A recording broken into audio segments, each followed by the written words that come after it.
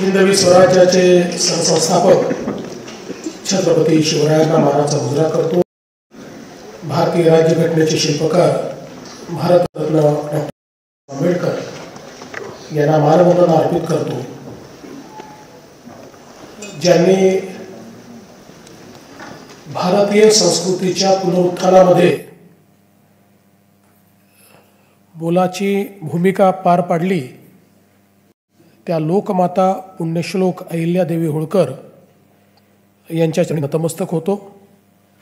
आज त्यांच्या जीवनावर आधारित कॉफी टेबल बुकच्या प्रकाशन प्रसंगी मंचावर उपस्थित केंद्र सरकारच्या मंत्री श्रीमती अन्नपूर्णा देवीजी, माझे सहकारी श्री मंगल प्रभात लोढाजी, मंचावर उपस्थित असलेले आदरणीय श्री प्रसून जोशीजी, श्रीमती मृदुला भाटकरजी, प्रमोद गोसावीजी, श्रीहर्ष फेणेजी आणि या कॉफी टेबल बुकचे लेखक संपादक आदरणीय अमरीश मिश्राजी, या ठिकाणी उपस्थित सर्व मान्यवर आणि उपस्थित भगिनी आणि बंधूंनो, पहिल्यांदा तर मला एक गोष्ट स्पष्ट करून द्यायची आहे की या ठिकाणी माझा उल्लेख करताना मी दुसऱ्यांदा मुख्यमंत्री झालो असं सांगितलं। मी तिसऱ्यांदा मुख्यमंत्री झालो आहे।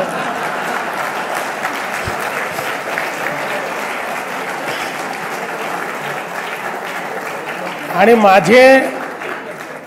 माझं 72 तासाचं मुख्यमंत्री पद पहाटेचं हे तुम्ही विसरले तरी मी विसरू शकत नाही। म्हणून त्याची आठवण करून द्यावी असं मला वाटलं। मी या संपूर्ण टीमचं अतिशय मनापासून अभिनंदन करतो की अहिल्यादेवींच्या जीवनावर आधारित अतिशय सुंदर अशा प्रकारचं हे कॉफी टेबल बुक या ठिकाणी आज प्रकाशित झालं आहे। एक प्रकारची फोटोबायोग्राफी पण याला आपल्याला म्हणता येईल, कारण त्यांच्या जीवनातले काही फार फोटो आपल्याकडे नाहीत, पण इतके सुंदर फोटो याच्यामध्ये आहेत की त्यातनं ते प्रसंग जिवंत व्हावे किंवा त्यावेळची परिस्थिती आपल्या लक्षात यावी अशा प्रकारचे अतिशय सुंदर फोटोज याच्यामध्ये आहेत। त्यामुळे या फोटोग्राफी करता खरं म्हणजे मी फोटोग्राफर्सचे अभिनंदन करतो। आणि अर्थातच अमरीश मिश्रा यांच्यासारखा सिद्धहस्त लेखक संपादक लाभल्यानंतर हे उत्तमच होणार होतं आणि ते उत्तमच झालेलं आहे, याबद्दल माझ्या मनात कुठलीही शंका नाही। आपण याच्यातला जो पहिला चॅप्टर आहे त्याला आपण असं म्हटलेलं आहे the ambassador of Indian culture, आणि त्याच्यामध्ये त्यांनी केलेलं कार्य आपण दिलेलं आहे। पण मला असं वाटतं की याला आपण असं देखील म्हणू शकतो की the ambassador who rebuild the monuments of Indian culture. कारण भारताची जी संस्कृती आणि सांस्कृतिक मूल्य, भारताच्या संस्कृतीचे जे विविध अंग होते आक्रमणांमध्ये नष्ट करण्यात आले होते, त्या सर्वांचं पुनर्निर्माण करणाऱ्या लोकमाता अहिल्यादेवी होळकर होत्या। आणि म्हणूनच मला असं वाटतं की त्यांचं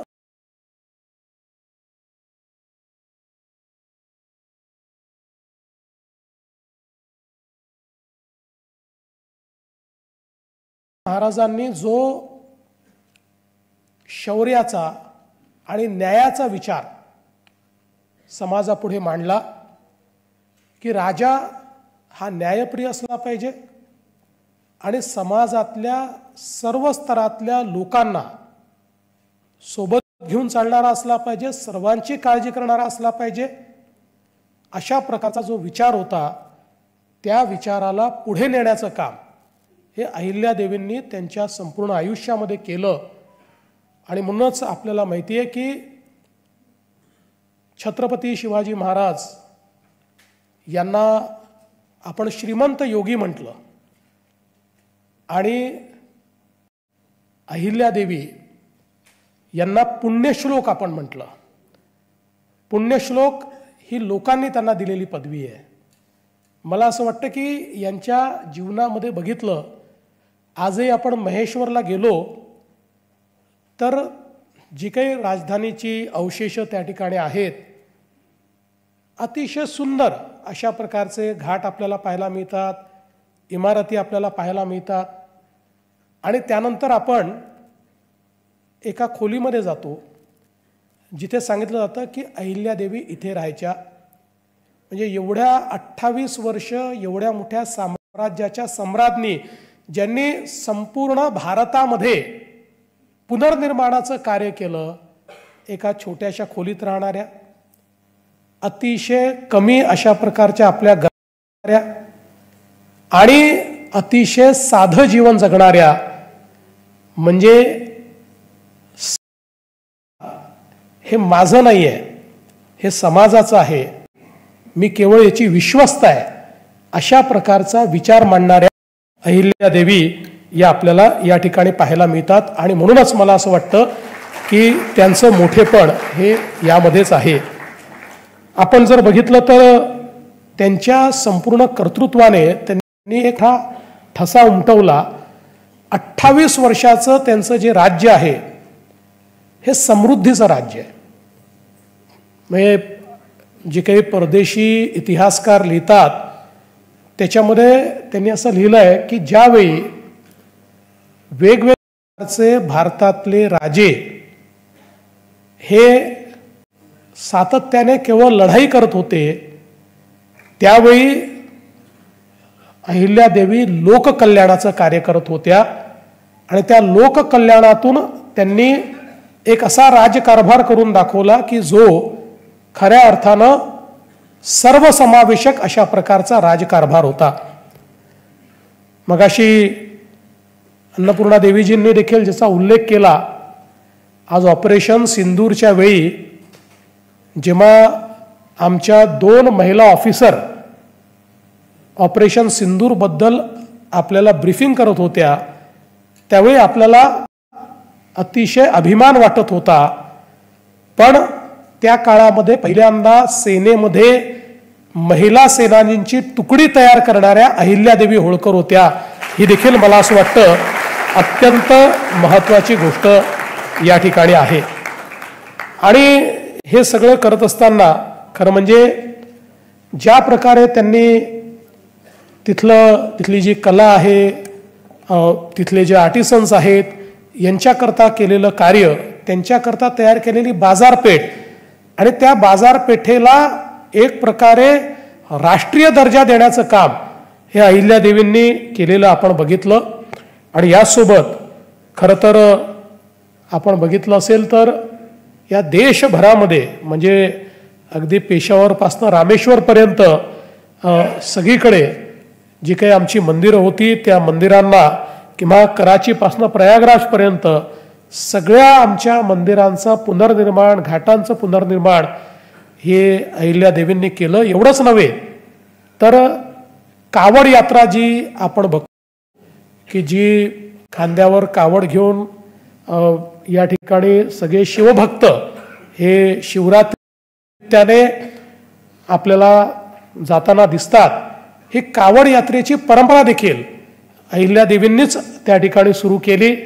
आज आपण पाहतोय की इतक्या मोठ्या प्रमाणात बावड्या तयार करणं, विहिरी तयार करणं, सरोवर तयार करणं, हे जे काम त्यांनी केलं ते देखील अतिशय महत्त्वाचं आहे. महाराष्ट्रामध्ये देखील अनेक महत्त्वाच्या ठिकाणी मंदिरांचं पुनर्निर्माण असेल, त्या ठिकाणी तलाव तयार करणं असेल, अशा अनेक गोष्टी त्यांनी केल्या.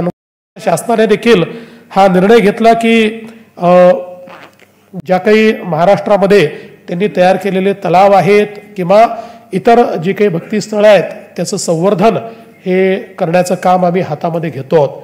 आपल्याला कल्पना आहे की त्यांची राजधानी माहेश्वर होती, इंदूर होती, पण त्यांचा जन्म महाराष्ट्रातल्या चोंडीला झाला होता. आणि म्हणूनच आपल्याला एक सार्थ अभिमान आहे की आपल्या महाराष्ट्राची एक कन्या, हिने संपूर्ण भारतामध्ये इतकं मोठं काम केलं आणि इतकं मोठं नाव केलं आणि एक आदर्श राज्यकारभार कसा चालवायचा हे देखील दाखवून दिलं. आणि हे सगळं करत असताना आणि सुव्यवस्था कसं राखली गेली पाहिजे याही संदर्भात छत्रपती शिवरायांनी जी मानकं तयार केली होती तशाच प्रकारची मानकं ही अहिल्यादेवींच्या राज्यात देखील आपल्याला पाहायला मिळायची. आणि म्हणून कोणामध्येही कोणालाही त्रास देण्याची हिंमत त्या काळामध्ये नव्हती, कारण त्याला कठोरात कठोर शिक्षा ही अहिल्यादेवींच्या न्यायव्यवस्थेमध्ये त्या ठिकाणी व्हायची. आणि ही न्यायव्यवस्था त्यांनी खालपर्यंत पोचवण्याचं काम केलं होतं. त्या न्यायव्यवस्थेचे जे काही कोर्ट्स आहेत, म्हणजे आता ज्याला आपण कोर्ट म्हणू, ती व्यवस्था खालपर्यंत नेण्याचं काम हे अहिल्यादेवींनी केलं होतं. आणि म्हणूनच मला असं वाटतं की त्यांचं जे कार्य आहे ते सगळ्या पद्धतीनं अतिशय अनमोल आहे. आज हे जे कॉफी टेबल बुक आपण तयार केलेलं आहे हे मी चाळलं, हे काही मी पूर्ण वाचू शकलो नाही, आजच माझ्या हाती पडलं, मी ते बघितलं. मी एवढंच सांगू शकेन की अतिशय सुंदर पद्धतीनं त्यांचं संपूर्ण जीवन हे याच्यामध्ये कॅप्चर करण्यात आलेलं आहे. हे अगदी त्यांच्या विवाहापासनं तर त्यांच्या 28 वर्षाच्या राज्यामध्ये त्यांनी केलेल्या कामांची जी विविध अंग आहेत, त्यांचं शौर्य आहे, त्यांची भक्ती आहे, त्यांनी वंचितांकरता केलेलं कार्य आहे, या सगळ्या गोष्टी खूप चांगल्या पद्धतीनं या कॉफी टेबल बुकमध्ये या ठिकाणी आपण कॅप्चर केलेल्या आहेत. आणि म्हणून आम्ही असं ठरवलेलं आहे की मी स्वतः हे कॉफी टेबल बुक जे आहे ते आपल्याकडनं त्याच्या प्रती प्राप्त करून घेऊन, म्हणजे अर्थात विकत घेऊन, आणि सगळ्या राज्यांच्या मुख्यमंत्र्यांना मी त्या पाठवणार आहे. त्यासोबत मी हेही ठरवलं आहे की महाराष्ट्र आणि मध्य प्रदेशच्या सगळ्या कॅबिनेट मंत्र्यांना देखील मी या ठिकाणी हे पुस्तक पाठवणार आहे. आणि त्यासोबत काही मुंबईतल्या आणि महाराष्ट्रातले विविध क्षेत्रातले जे प्रॉमिनंट लोक आहेत त्यांनाही हे पुस्तक जे आहे मी पाठवणार आहे. कारण मला असं वाटतं की बद्दलची माहिती ही सर्वांना पोचली पाहिजे. लोकांना त्यांच्या जीवनातले काही अंग माहिती आहेत, पण त्यांचं जीवन हे विविध अंगांनी कसं सजलेलं होतं हे देखील लोकांना समजलं पाहिजे. आपण अनेक वेळा लोकांचा उल्लेख करतो की हा व्यक्ती नाही, इज अन इन्स्टिट्यूशन. तशा प्रकारची एक इन्स्टिट्यूशन म्हणून आपण अहिल्यादेवींकडे पाहू शकतो. आणि म्हणूनच आम्ही देखील आपल्याला कल्पना आहे की ज्या जिल्ह्यामध्ये पुण्यश्लोक अहिल्यादेवींचा जन्म झाला त्याचं नाव अहमदनगर होतं, पण आता त्याचं नाव अहिल्यानगर आपण केलेलं आहे. आणि आता अहिल्यानगर जिल्हा असं आपण त्याला संबोधतो. चोंडी हे जे त्यांचं गाव आहे की ज्या ठिकाणी खरं म्हणजे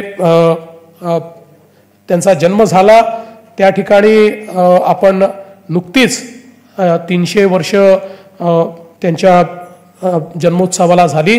त्यानिमित्ताने कॅबिनेटची बैठक घेतली आणि त्या बैठकीमध्ये आपण एक निर्णय केला की महाराष्ट्रातले जे प्रमुख सगळे ज्योतिर्लिंग आहेत आणि पंढरपूरसारखं आपलं देवस्थान आहे यांचा जीर्णोद्धार करण्याचे जे आराखडे आहेत आपण ते त्याच्यामध्ये मंजूर केले.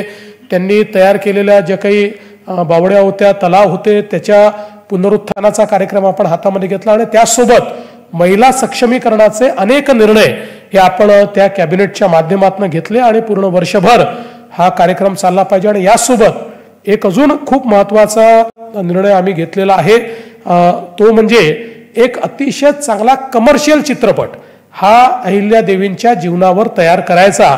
कारण चित्रपट देखील एक असं माध्यम आहे की ज्यातनं अधिकाधिक तरुणाईपर्यंत आपण अहिल्यादेवींना त्या ठिकाणी पोचवू शकतो, त्यांचं कार्य, त्यांचं शौर्य आपण पोचवू शकतो. त्यामुळे तोही प्रयत्न आपला निश्चितपणे असणार आहे.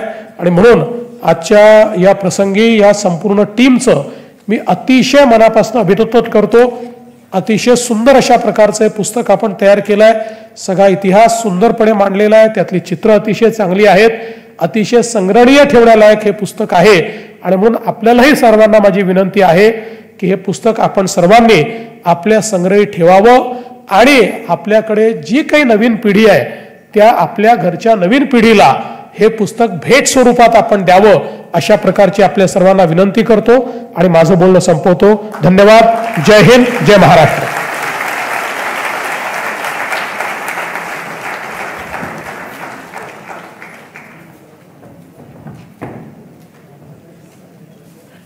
Devendra ji, dhanyawad. May I now request Shri Avinash Mule, one of the founding directors of the Social Studies Foundation, to propose a vote of thanks.